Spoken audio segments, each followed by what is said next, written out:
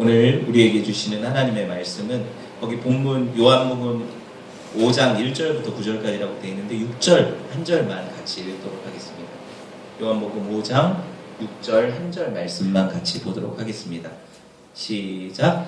예수께서 그 누운 것을 보시고 병이 벌써 오래된 줄 아시고 이르시되 네가 낫고자 하느냐. 네, 오늘 베데스다의 참 은혜 세 번째 시간이에요. 한 부분 가지고 세 번 설교하기가 쉽지 않네요. 네가 낫고자 하느냐라는 제목으로 함께 하나님 말씀 나눠보도록 하겠습니다. 여러분, 우리가 지난 2주간에 걸쳐서 요한복음에 기록된 예수께서 행하신 세 번째 표적에 대해서 배우고 있어요. 그렇죠? 그 표적에 뭐라고 했습니까? 베데스다 목가의 불능자를 고치신 표적이라고 했어요. 그렇죠? 기억나시죠? 한번 참고해 볼게요. 생각을 해볼게요. 베데스다 못의 뜻이 뭐라고 했어요? 자비의 못, 자비의 집, 자비의 연못, 이런 뜻이라고 했어요. 근데 이런 본래 이름과는 달리 그곳에는 시기와 증오, 원망과 불평, 그쵸? 여러분, 양문겹 베데스다 못은 그 이름과는 달리 진정한 자비가 없는 곳이었다고 했죠. 여러분, 이 세상을 상징하는 곳이라고 했어요. 인간적인 열심과 미신적인 요행을 바라며 구원을 얻어보려는 사람들로 가득했던, 그 병자들과 죄인들로 가득했던 그곳에 여러분 누가 방문하셨습니까? 예수님이 친히 임하셨고 그곳에 참 은혜가 임했다는 사실 우리가 보았어요. 그렇죠? 여러분, 구원에 대해서 생각해 볼 때 우리는 불가능해요. 우리 스스로를 구원하기. 하지만 하나님은 가능하시다는 거죠. 하나님이 하신다는 거예요. 그 이유에 대해서 우리는 우리 구원에 있어서 불능자라는 사실을 인정해 드리며 그분은 우리 구원을 능히 이루실 수 있는 전능자라는 사실을 우리가 살펴보았죠. 지금 리마인드를 하는 거예요. 여러분, 기억을 하셔야 돼요.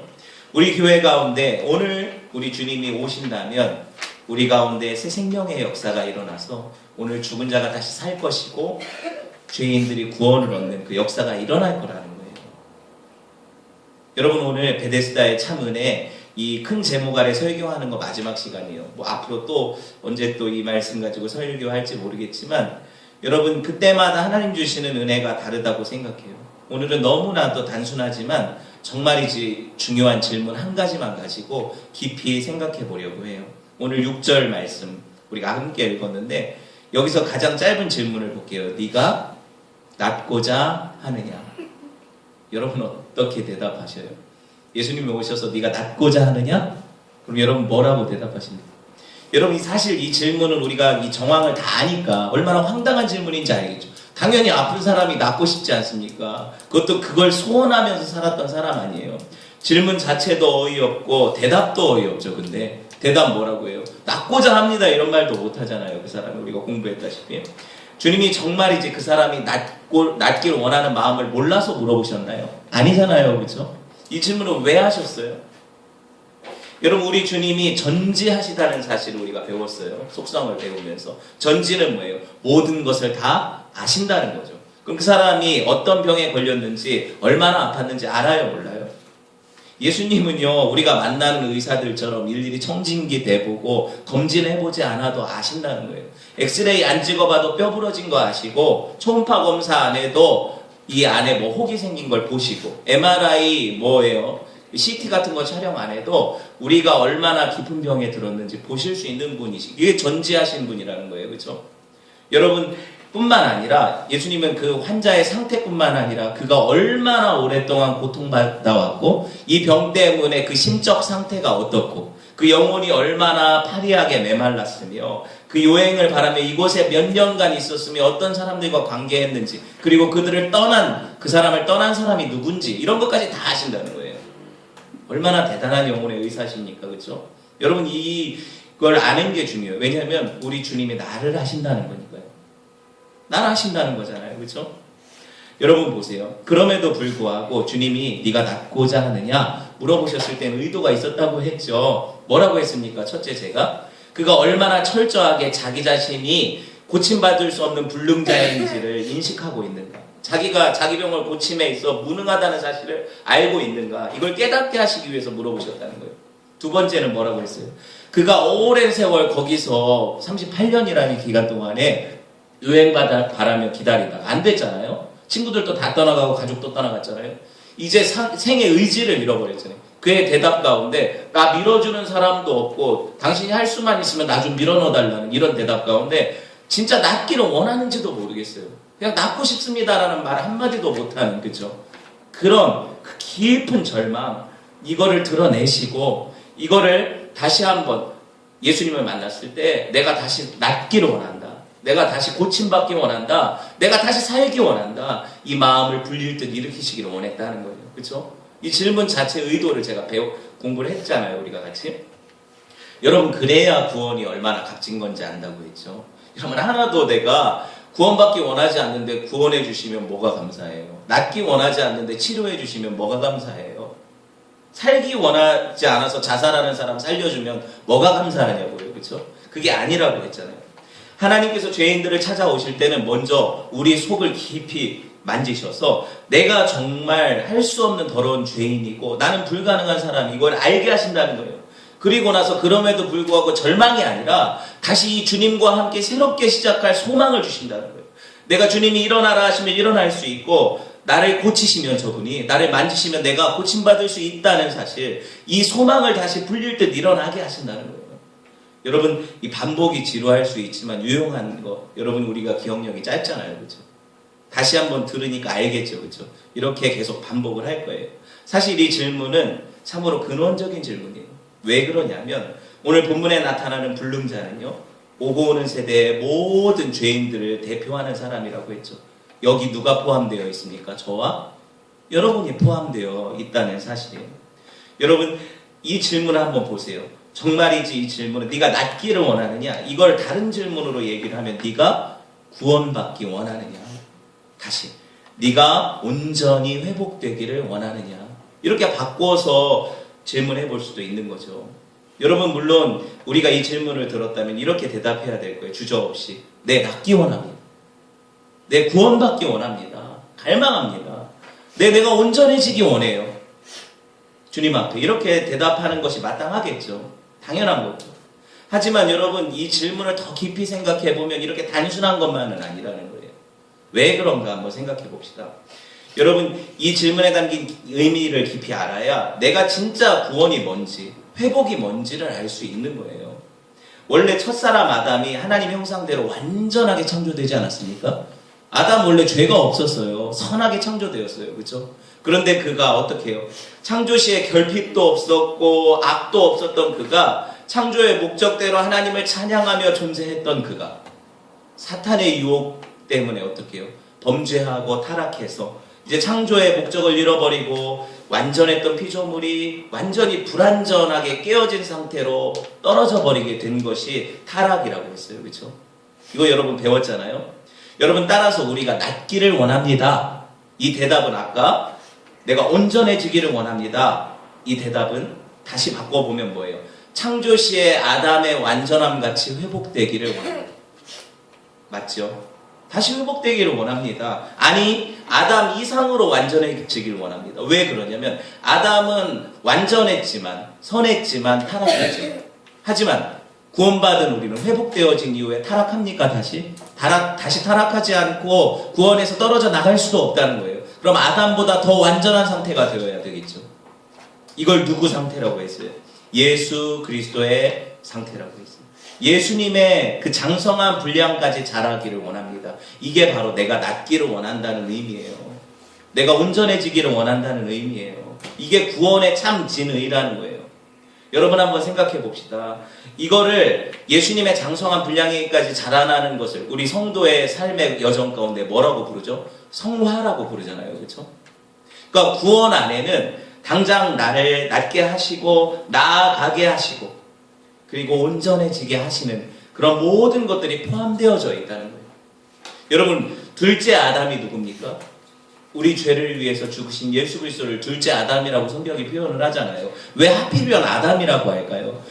첫째 아담이 인류를 대표해서 죄짓고 타락해서 모든 인류가 그 안에서 범죄했듯이 둘째 아담이 온전한 순종으로 회복하심으로 우리 모든 인류가 그 안에서 다시 살아나기 때문이죠.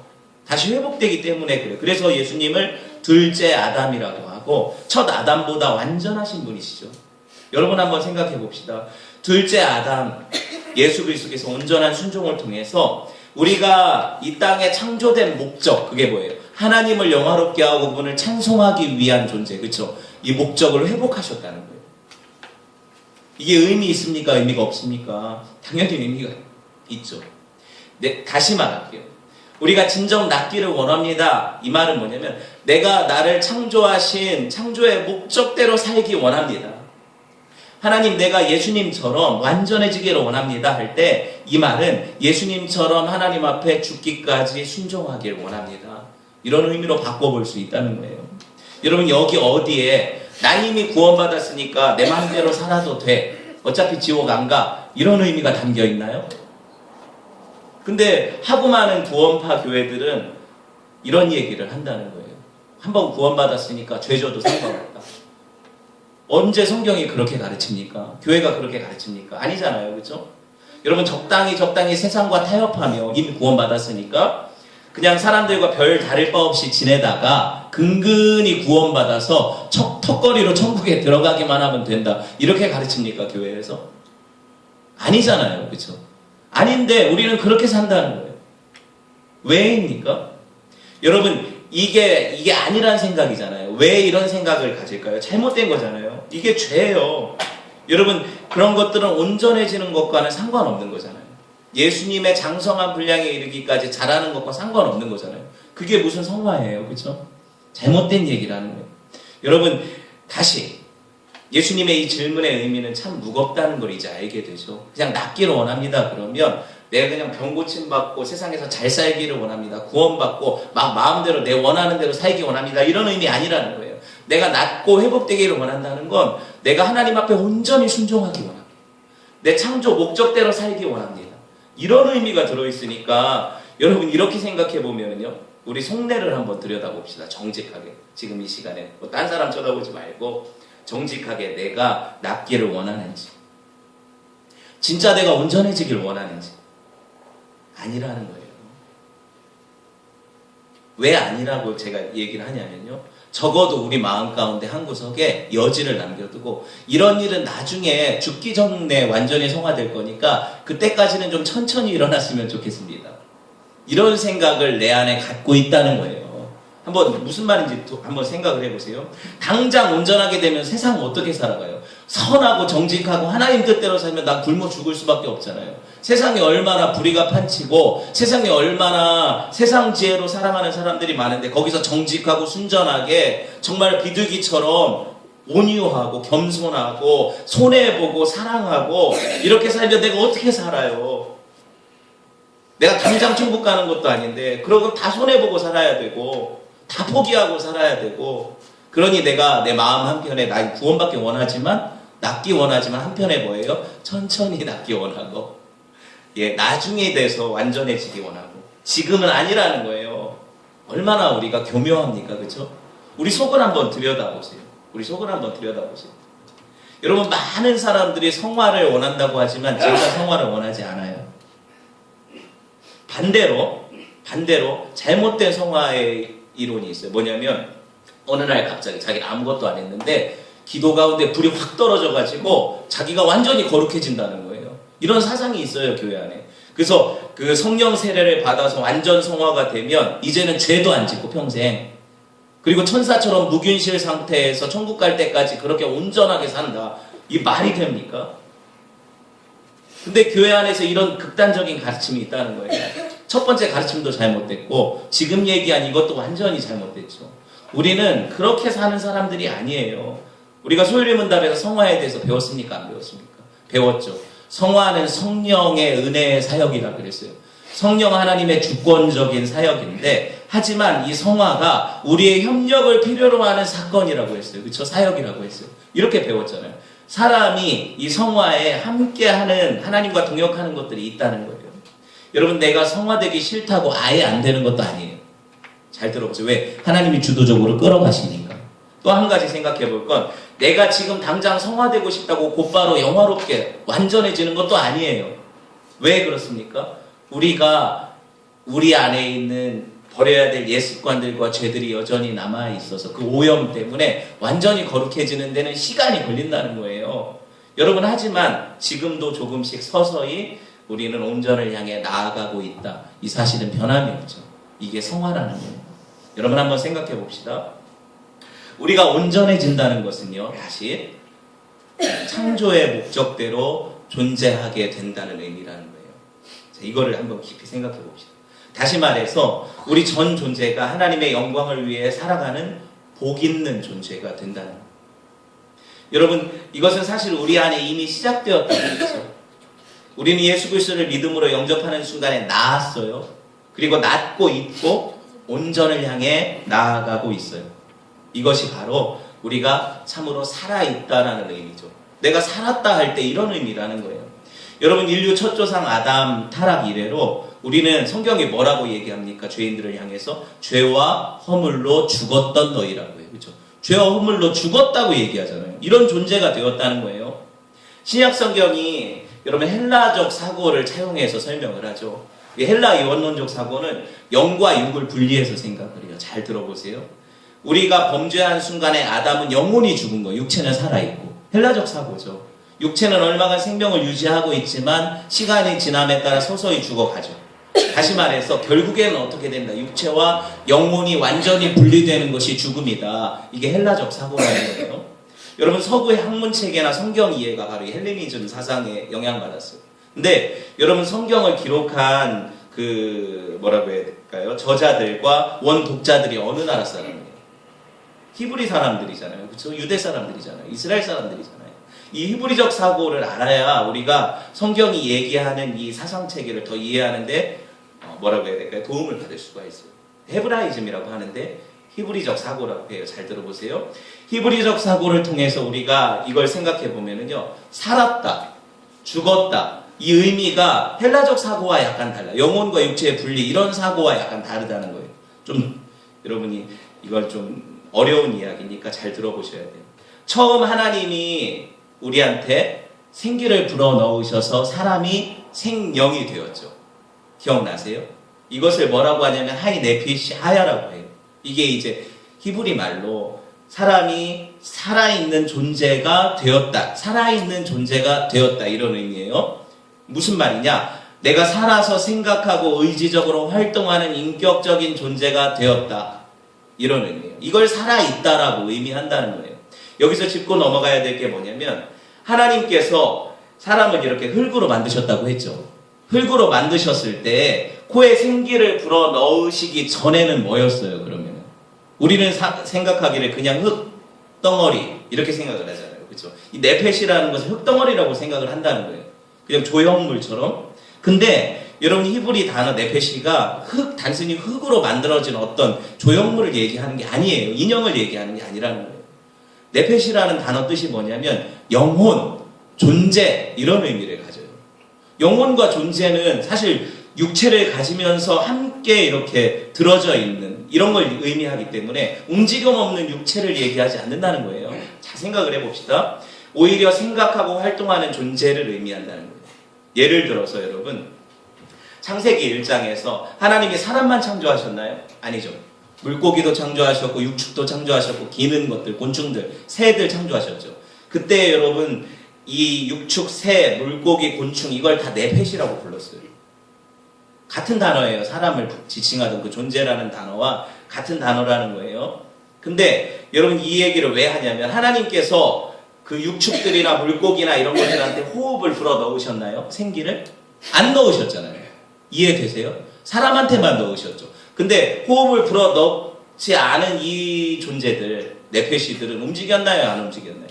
움직였잖아요. 날아다니고 헤엄치고 걸어다니고 기어다니고 이렇게 했잖아요. 그럼 살아있는 것처럼 보였잖아요. 그렇죠? 존재했다는 거잖아요. 활동하고 의지적으로 생각하고 활동했다는 거잖아요. 그렇죠? 이거를 여러분이 기억을 하셔야 돼요.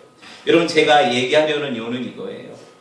뭐냐면 인간도 네펫이로 창조되었을 때 이미 어떤 존재였다는 거예요. 영혼도 있고 육체도 있고 지정의를 가진 인격체였다는 거죠. 하지만 이걸 살아있다고 얘기하진 않는다는 거예요. 어렵죠? 자, 히브리어로 네페시가 육체, 영혼, 존재라면 여러분 우리가 이 단어와 교우적으로 쓰는 게 루아흐라는 단어가 있어요. 영혼, 호흡 이런 의미예요. 내부라는 단어가 있어요. 이거는 마음, 지성, 뭐 이런 정신 이런 거예요. 영혼 뭐 이렇게 번역해서 쓸 수 있어요. 근데 이거를 한번 생각해 봅시다. 네페시가 존재라고 했어요. 그렇죠? 포괄적인 개념이죠, 되게. 근데 이 존재 안에 뭐가 있어요? 루아가 있어요. 영혼이 있어요. 그리고 이 존재 안에 또 레브가 있어요. 마음이 있다는 거예요. 영혼과 마음이 다 들어가 있어요. 그러니까 존재가 더 크죠. 그리고 그 안에 이런 것들이 다 들어가 있어요. 여러분 이건 뭐냐면 서로 기능적으로는 구별되어 있으면서도 한 존재를 가리킨다는 거죠. 그래서 사람을 향해서 존재라고도 부르고 영혼이라고도 부르고 마음, 정신이라고도 같이 부른다는 거예요. 이렇게 이해를 하시면 잘 들어보세요. 마치 삼위일체 같죠. 하나님, 한 본체에 계신 하나님이라고 부르지만 이 하나님을 부를 때 우리는 성부와 성자와 성령이라고 부르잖아요. 맞아요? 하나님 안에 성부도 계시고 성자도 계시고 성령도 계시잖아요. 대표적인 존재는 누구예요? 하나님이시죠. 히브리적 사고는 이걸 이해할 수 있는 이 통전적 사고라고 하거든요. 이런 이해를 가진 사고였다는 거예요. 그래서 삼위일체가 쉽게 이해되는 것이 히브리 사람들이에요. 우린 이해가 안 되죠. 왜? 세 개요, 하나요, 삼이요. 이거는 이해가 안 되잖아요. 헬라적인 분석적 사고로는 이게 이해가 안 돼요. 여러분 그래서 보세요. 삼위가 능력과 본질과 영광이 동등한 한 하나님이시지만 삼위로 계시고 그래서 성부라고도 부르고 아버지 하나님, 성자라고도 부르고 또 성령이라고도 부른다. 이러면 정말 이해가 안 되잖아요. 그렇죠? 근데 히브리 사람들은 알아먹었다는 거죠. 이해했다는 거예요. 여러분 이거를 좀 더 깊이 설명해드렸는데 더 어려워진 것 같아요. 분위기가. 그죠? 그래서 다시 원래 하려는 얘기 할게요. 네페시라는 단어, 존재라는 것, 이 단어는요 하나님이라는 단어처럼 존재 자체를 통칭한다는 거예요. 존재 자체. 그래서 여러분 그 존재 안에는 영혼도 있고 육체도 있고 마음도 있다. 그렇죠? 이게 네페시라는 거예요. 제가 말하려는 의도는 뭐예요? 인간이 네페시로 창조되었을 때 아직 하나님께서 코에 생기를 불어넣기 전에도 이미 활동하는 존재였다는 거죠. 이미 활동하는 존재였다는 거예요. 근데 하지만 그렇다고 해서 하나님이 그들을 향해서 아직 살아있다라고 부르진 않는다는 거예요. 활동하고 생각하고 일하고 존재하는데 이게 살아있는 건 아니라는 거예요. 정말 이해 안 되죠. 그렇죠? 살아있는 건 아니라는 거예요. 다시 히브리적 사고는요. 인간이 그저 활동하고 존재한다고 해서 살아있다고 표현하지 않는다는 거죠. 이해되세요? 제가 한 말이?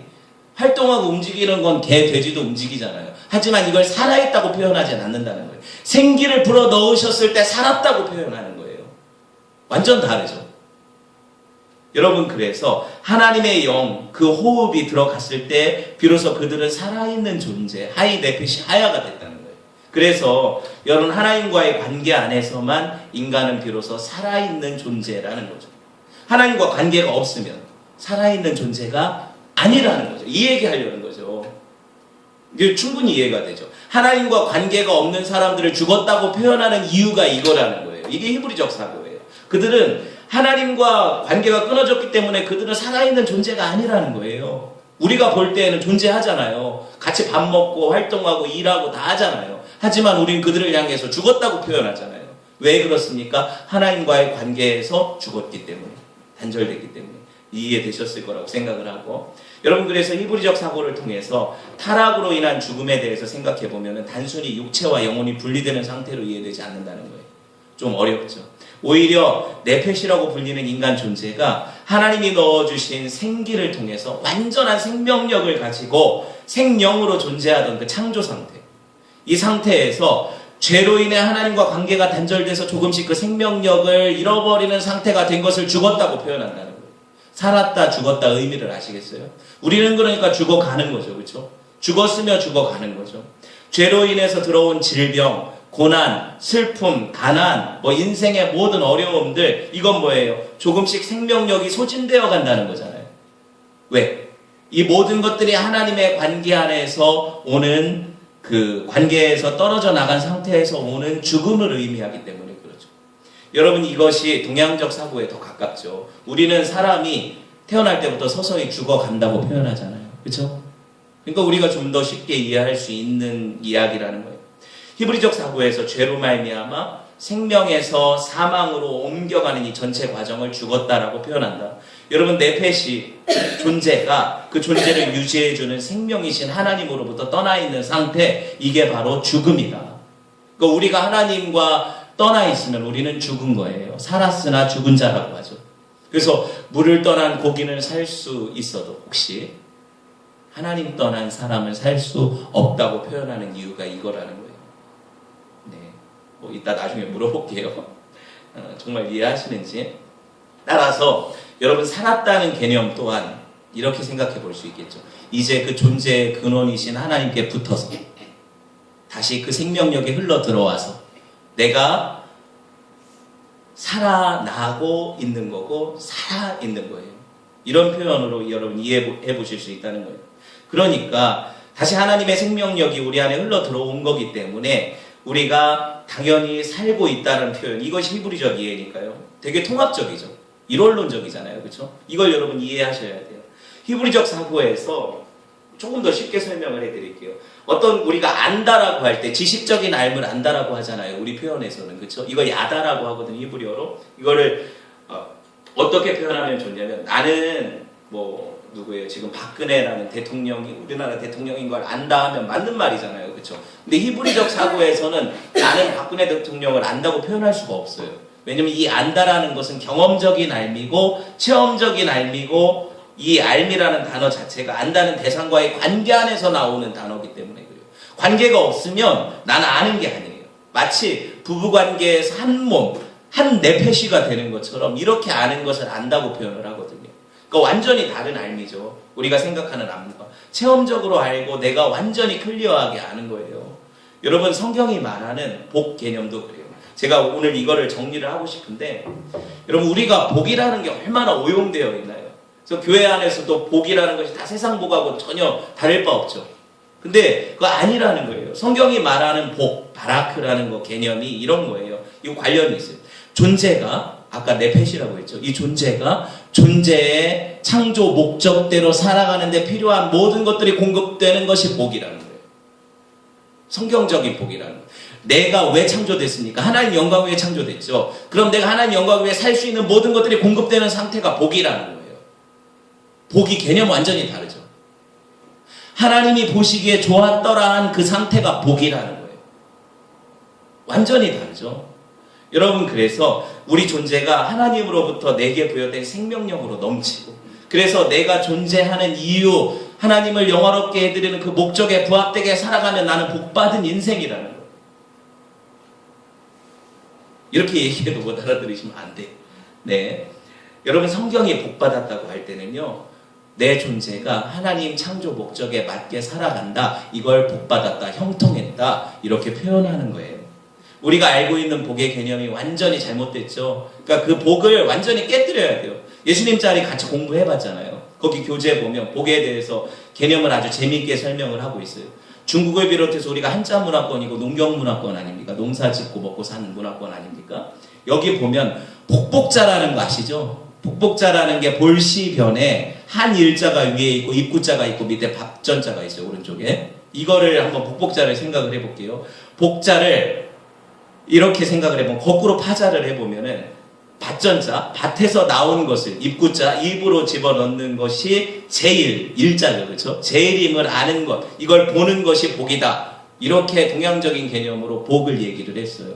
그래서 우리가 잘 먹고 잘 살면 복이라고 하는 거잖아요. 그렇죠?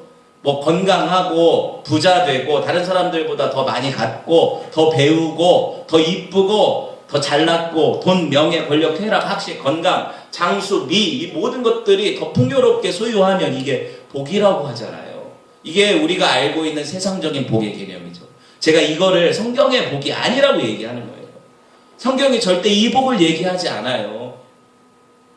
여러분 성경이 얘기하는 복은 이런 것이 아니죠. 성경이 말하는 복은 뭐냐면요. 인간이 하나님이 보시기에 좋았더라 하신 그 상태로 회복되는 게 복이에요. 그래서 내가 그 존재의 목적인 하나님을 찬송하는 자리로 다시 돌아가는 거예요.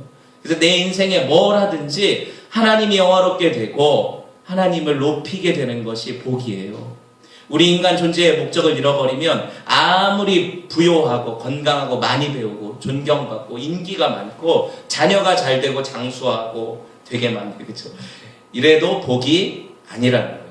교회가 이걸 안 가르치니까 교회 안에서 세상적인 복을 받으려는 사람들이 넘쳐나죠. 정말 잘못됐잖아요. 세상 복과 성경적인 복의 개념이 완전히 다르죠. 그러니까 교회에서 복 달라고 복의 근원 강림하사 찬송하게 하소서 하면 하나님 내가 하나님께 순종하겠습니다. 그렇게 하나님을 영화롭게 해드리는 상태로 나를 사용하여 주십시오. 이게 복을 비는 우리의 기도가 되는 거예요. 여러분 다시 정리할게요. 오늘 이 얘기하려는 거예요. 하나님께서 어떤 존재를 만드실 때 그분이 의도하신 존재의 목적이 있죠. 온전히 이 목적대로 살아내기 위해 필요한 모든 것들을 공급받는 상태를 복된 상태라고 하는 거예요. 다 이해하셨죠 이제? 아이들이 있으니까 더 쉽게. 전화기 있죠, 핸드폰. 핸드폰의 존재 목적 이유가 뭡니까? 말해보세요. 핸드폰 존재의 목적이 뭐예요? 얘기해보세요. 멀리 떨어져 있는 사람과 목소리를 들으면서 주고받으면서 대화하기 위한 목적으로 핸드폰이 있는 거죠. 맞아요? 이게 핸드폰의 존재 가치와 이유와 목적이죠. 근데 보세요. 이 핸드폰 하나 샀는데 이 핸드폰이요, 게임도 되고 인터넷도 잘 되고 카드 기능도 있고 여러 가지 막 뭐라고 해요? 엄청난 기능들이 다양하게 많아요. 근데 전화가 안 돼요. 통화가 안 돼요. 그럼 이 핸드폰은 존재 목적대로 사는 겁니까? 아니면 존재 목적대로 살지 않는 겁니까? 예, 물론 산 존재는 아니지만 존재 목적과 이유가 없는 거예요. 이건 핸드폰이 아니라는 거죠. 제 말 이해가 되셨어요? 이렇게 생각하시면 돼요. 전화기로서의 정체성을 상실하면 전화기가 아닌 거잖아요. 맞죠? 이건 전혀 전화기로 볼 때 복된 상태가 아니라는 거예요. 전화기가 복된 상태인 거는 통화가 잘 터져야 돼요. 전화기가 복된 상태인 거는 멀리 떨어져 있는 사람과 대화할 수 있는 기능이 잘 돼야 돼요. 자, 우리가 창조의 목적과 이유가 있고 본래 존재 목적이 있다고 했죠. 이게 회복되어지는 상태가 복된 상태라고 얘기하잖아요. 말까지 버벅대면서. 복이, 제가 웃으면 복이 와요가 아니죠, 그렇죠? 첫사람 아담의 범죄로 인해서 오고 오는 세대 모든 사람들이요, 이 참 복을 잃어버렸어요. 그래서 우리가 헛된 복에 목말라 하는 거예요. 참 복을 잃어버렸으니, 우리 존재 목적을 이루는 이 복을 잃어버렸으니 얼마나 헛된 것들이 복인 줄 알고 쫓아다닙니까? 그래서 복채를 주고 복을 빌고, 그렇죠? 근데 복이 와요? 그런 복 안 오잖아요, 그렇죠? 둘째 아담이신 예수 그리스도를 통해서 그분에게 연합된 사람들에게만 이 복이 흘러 들어온다는 거예요, 다시. 왜? 우리가 새로운 피조물이 되어서 이제 하나님을 섬기는 온전한 존재로 다시 창조의 목적을 회복하게 되기 때문이죠. 맞죠? 하나도 어렵지 않아요. 성경이 계속 이 얘기를 하는 거예요. 따라서 세상에서 가장 복받은 사람들은 예수 믿는 사람들이에요. 다시금 하나님의 생명력으로 창조 목적에 부합되게 살 수 있는 존재가 되었기 때문이죠. 이제 우린 그렇게 살 수 있는 새로운 피조물이 되었어요. 이걸 교회라고 불러요. 교회가 뭔지 아시겠어요? 복받은 사람들의 모임이에요. 다른 복을 여기 와서 구할 이유가 없어요. 여러분, 얼마나 놀라운 비밀입니까? 이게 성경이 말하는 살았다는 말의 진정한 의미예요. 이 살았다는 건 그 존재가 존재로서 그 목적을 향해 달려갈 수 있는 모든 복을 받은 상태를 살았다는 상태라고 얘기를 하는 거예요. 그러니 우리는 예수 안에서 살아난 거죠. 성경이 이해가 되세요? 이렇게 이해를 하셔야 돼요. 따라서 우리가 이 세상을 살아갈 때 겉보기에는 그냥 믿는 자나 안 믿는 자나 뭐 산 자나 죽은 자나 구별이 안 돼요. 왜? 다 존재하니까. 활동하고 자기 목적을 따라 살아가잖아요. 말도 하고 생각하고 부대끼며 살잖아요. 그러니까 볼 때 그들도 살아있는 것처럼 보이죠. 하지만 성경은 뭐라고 해요? 우리가 볼 때 살아있는 것 같은 존재들을 향해서 이미 허물과 죄로 죽었다고 말하잖아요. 이제 이해가 되시죠? 왜 살아있는 사람을 죽었다고 말하는지. 하나님과 관계가 끊어졌으니까 그들은 살아있는 것 같으나 죽은 자라는 거예요. 이것이 성경 사상이죠. 여러분, 이거를 이해를 하셔야 돼요. 따라서 여러분 보세요. 제가 설명하기가 벅찬 내용이죠. 따라서 하나님의 영으로 다시 산 자는 더 이상 세상 복을 추구하지 않는 거예요. 오히려 그가 예수 그리스도 안에서 받은 하늘에 속한 신령한 복을 나눠주는 사람으로 사는 거예요. 세상에서 자기 존재 목적을 이루는 삶이죠, 그게. 맞아요. 교회인 우리가 존재하는 목적, 소리문답 1문에서 배웠죠. 하나님을 영화롭게 하고 영원토록 그분을 기뻐하는 것. 여러분, 우리는 살아도 주를 위해 살고 죽어도 주를 위해 죽는 존재. 이게 복된 존재죠. 먹든지 마시든지 무엇을 하든지 하나님을 위해, 하나님 영광을 위해 하는 것. 이게 교회고 성도고 복받은 사람들이죠. 이렇게 살면 복인 것이고 이렇게 안 살면 복이 없는 거예요. 우리는 진짜 복이 뭔지 확실히 알아야 돼요. 건강하면, 여러분, 건강하면 그 건강을 통해서 하나님을 위해 헌신하는 게 복이고, 내가 아프고 건강하지 않으면 아픔과 건강을 통해서 더 기도하고 하나님을 위해 살려고 몸부림치는 게 복이에요. 완전히 다르죠. 여러분, 내가 부요하면 이 부요함을 통해서 주를 위해 사는 것이 복이에요. 가난하면 이 가난을 통해서 더 높으시고 부요하신 하나님을 높이면서 그분을 의지하는 게 복이에요. 가난해도 복될 수 있다는 거죠. 여러분, 많이 배웠으면, 많이 배운 것을 하나님을 자랑하며 살면 되고, 내가 많이 못 배웠으면 못 배운 것을 통해서 겸손히 하나님을 높이며 살면 되죠. 그러니 세상적인 복과 하나님이 말씀하시는 복이 얼마나 다릅니까? 우리 목적이 정말로 이 복을 받기 위한 목적으로 교회 다니시냐는 거죠. 정말 중요한 것 아닙니까? 여러분, 당연하게도 이 복은요, 환경과 상황에 구애받지 않는 복이에요. 바울이 어떻게 했어요? 감옥 안에서도 찬송하리로다 그랬죠.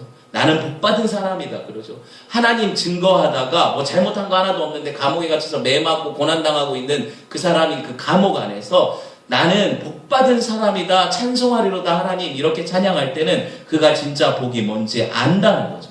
우리는 알아요, 모르나요? 우리는 조금만 없어도 나는 복이 없다 그러. 조금만 아파도 복이 없다 그러. 우리 얼마나 잘못됐냐고요, 그렇죠? 하나님과의 관계 안에서 오는 것이 참 복이에요. 하나님 안 계시면 천국도 복이 있는 곳이 아니에요. 여러분, 그래서 우리의 참 생명의 근원이시고 우리의 존재의 이유와 목적이 되시는 그분을 찬양하는 삶, 이런 복된 삶을 살아가는 것이 저와 여러분의 목적이 되셔야 해요.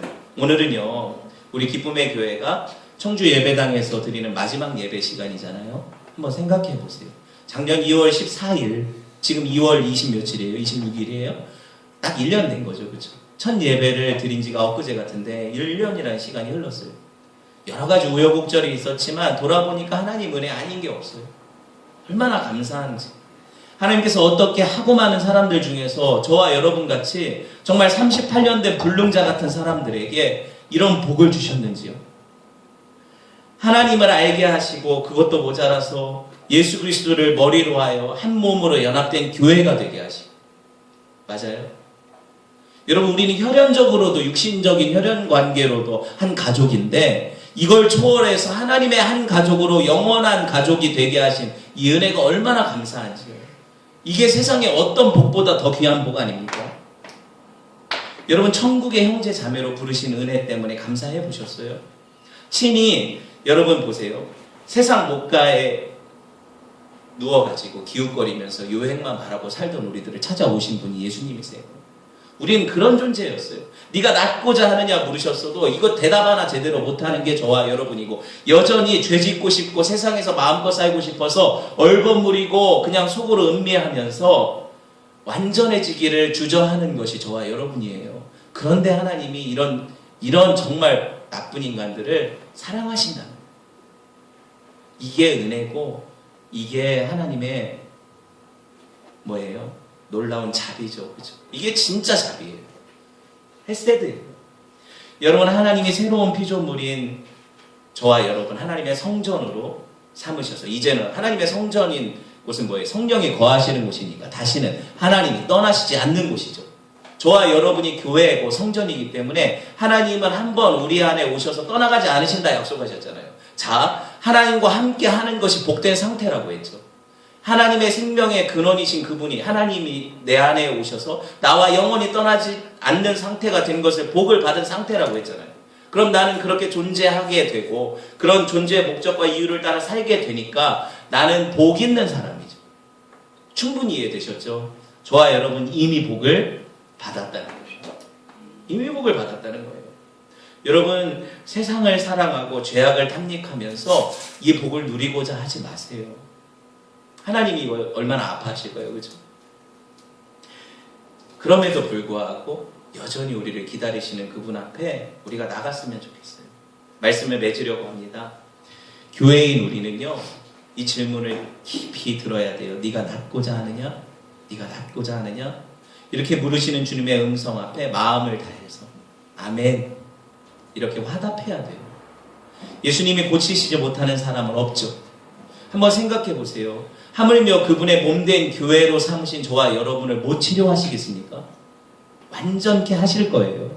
여러분, 우리 주님이 몇 년 사셨어요? 이 공생에 33년 사셨죠, 지상에서. 예수님이 만났던 사람은 몇 년 된 병자예요? 38년 된 병자라고 했죠. 예수님이 태어나시기도 전부터 병으로 고통받는 그 사람을 위해서 예수님이 찾아가셨다면, 그런 사람도 고치시는 분이시라면, 여러분, 저와 여러분은 더 큰 복을 받았어요. 그죠? 더 큰 복을 받았어요. 여러분, 이제 우리가 해야 될 일이 하나 있어요. 뭐냐면, 아직도 예수님을 모르고 그냥 존재하기는 하지만, 활동하기는 하지만 참 생명이 없는 사람들, 그 사람들에게 이 복을 나눠줘야 돼요.